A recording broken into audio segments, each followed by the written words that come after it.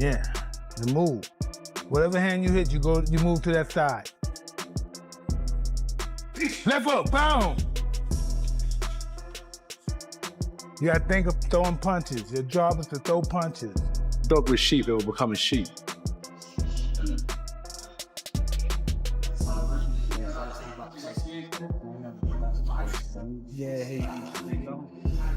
Anthony Joshua is reportedly working with Mike Tyson as he readies himself for his next bout with Jake Paul.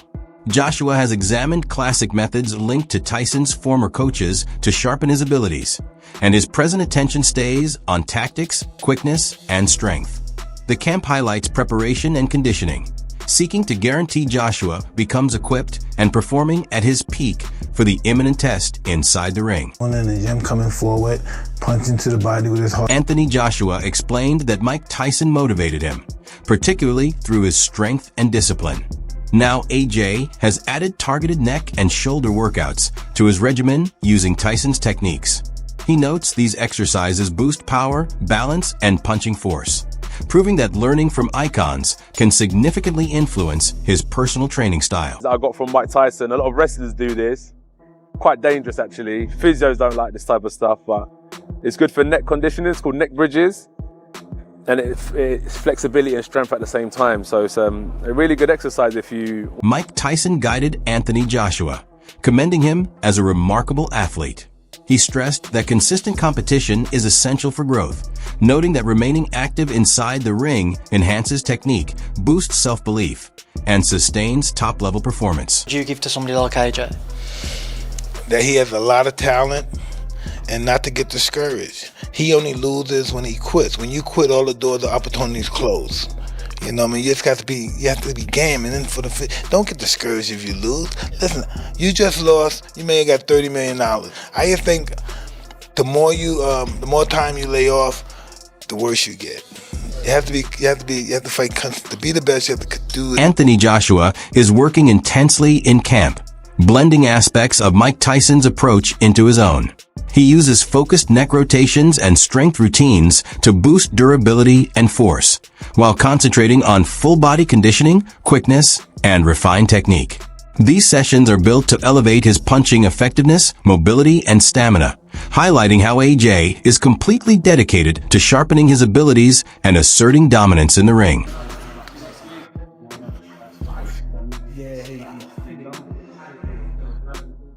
Bro. My physio is looking at me like, what the fuck?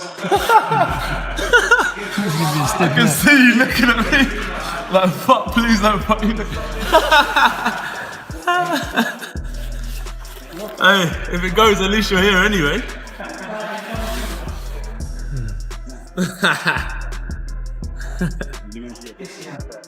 You know, 43,000 tuned in. Oh, mate. I know I started this shit. Mate, just trying to set up the physio table for the platform. Anything? Get back up. I'm easy, but... Eat.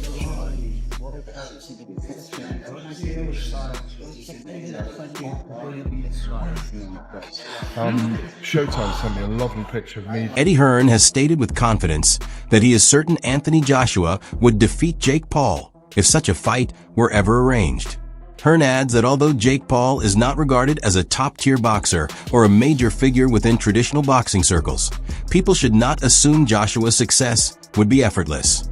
He emphasizes that Joshua has already beaten powerful opponents, including Francis Ngannou, who is an elite contender in his own right.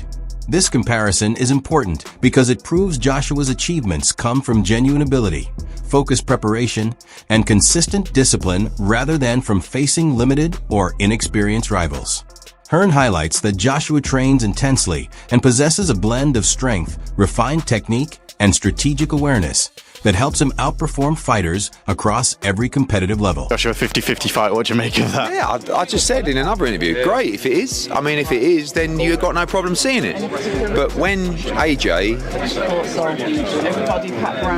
I mean, decapitate's a strong word, but you know, when he renders Jake Paul unconscious like he did to Francis Ngannou, don't then say, oh, well, it was Jake Paul. Do you know what I mean? I mean, when AJ beat Francis Ngannou, Ngannou just had a a fight that could have gone either way with Tyson Fury. Then AJ poleaxed him, and everyone just said he's just an MMA fighter. Do you know what I mean? Jake Paul's not Francis Ngannou. But as I said before, if you want to see Jake Paul exit the boxing world, Nigel Benn raises concerns about the impact of entertainment-focused bouts on the world of professional boxing.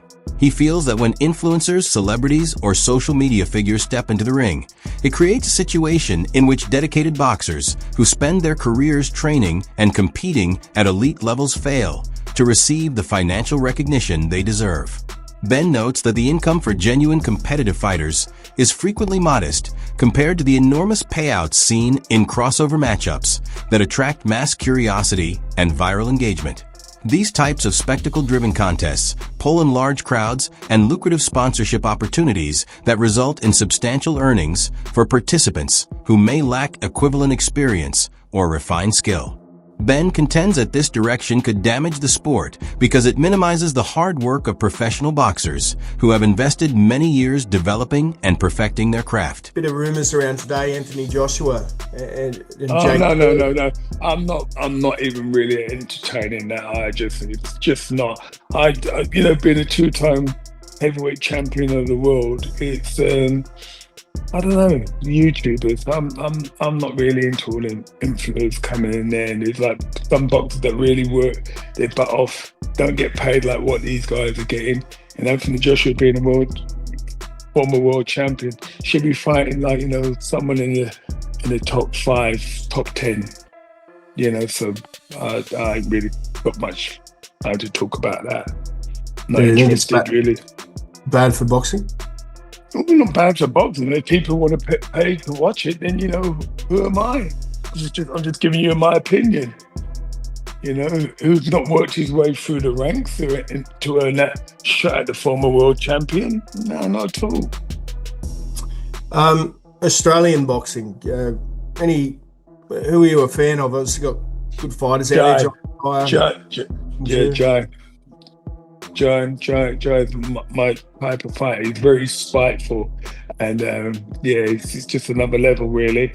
I don't think there's no better cruiserweight around. Adola outlines the monetary angle of the Anthony Joshua against Jake Paul matchup.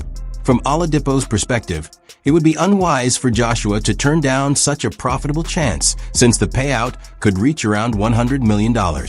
For someone of Joshua's stature and background, the threat presented by Jake Paul is small compared to the benefit.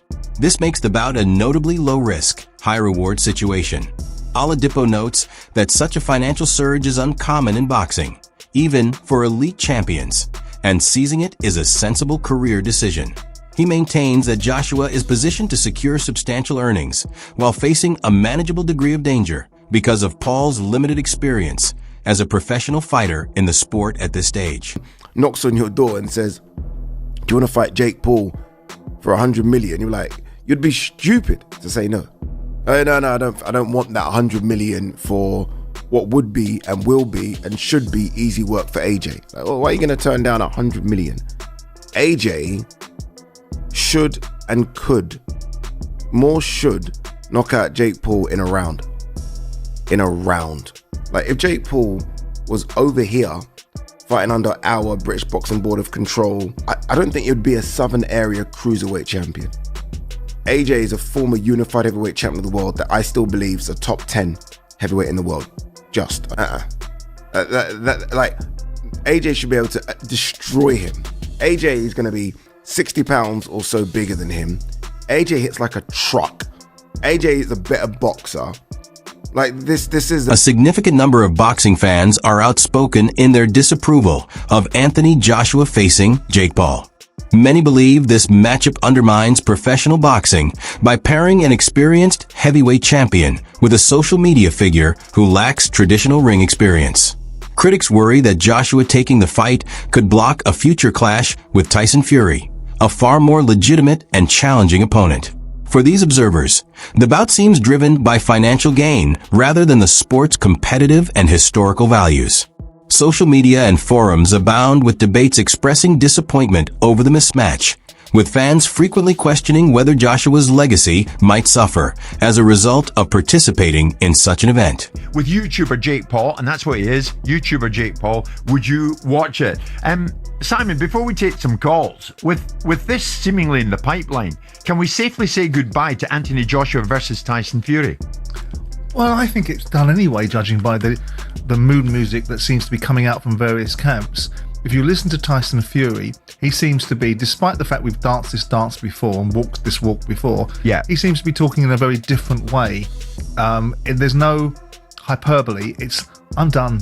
This is a younger man's game. I've done my bit. I'm at peace with where I am in life. I don't need boxing anymore. But not in the flash for cash way that Tyson often does it. In a more earnest way is my understanding of his sort of thought processes.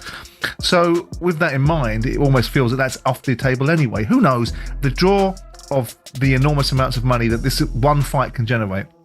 This is the one fight that can really get everybody paid. I mean, the two protagonists. Whatever Usyk takes, tragically for him, he wouldn't even get anywhere near as much money as potentially being offered for the Fury-Joshua fight. What would earn AJ more of a pay packet? Fighting Fury or fighting Jake Paul? Well, I would think tragically fighting Jake Paul. God, what is that? Because the revenues, because it's a Gen Z TikTok generation that wants to watch sport in a certain way. Yeah, and that's nothing critical of them. It's just the way that it is. And that's the circumstances of social media and the platforms that people like Jake Paul are able to cross over. It's not a case of people in the mainstream should be dinosaurs. The digital world and those opportunities and those platforms are marvelous places. And you know, you heard me talking about Mark Goldbridge the other day and the commercial deal that he did with the Bundesliga. And we can be sniffy about their level of content, or we can accept that there's a place for everybody. It's interesting that still the digital world and that's